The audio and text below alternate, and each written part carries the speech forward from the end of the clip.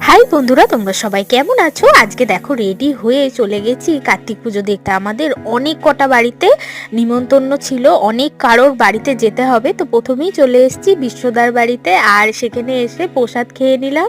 আর তারপর চলে এসেছি রনিদার বাড়িতে। রনিদার বাড়িতে তখন সবেই পুজো শেষ হয়েছে, তো আমরা গিয়ে বেশ খানিকক্ষণ বসলাম। আর তারপর আমরা আবার এখানেও একটু প্রসাদ খেলাম। প্রসাদ খেয়ে তারপর আমরা যাব হচ্ছে দিব্যেন্দুদার বাড়িতে। দিব্যেন্দুদার বাবাই যেহেতু নিজে পুজো করেছেন, তাই ভীষণ সুন্দর উনি পুজো করেছেন।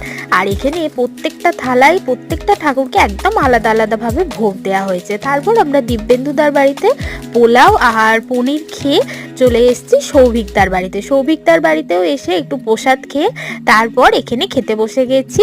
আর এই ভিডিওটা তোমাদের কেমন লাগলো সেটা কিন্তু অবশ্যই জানিও। আর রান্নাবান্না কিন্তু দারুণ হয়েছিল। এখানেও ছিল পোলাও, বেগুনি আর আলু পনিরের তরকারি। তো সবাই ভালো থেকো, সুস্থ থেকো।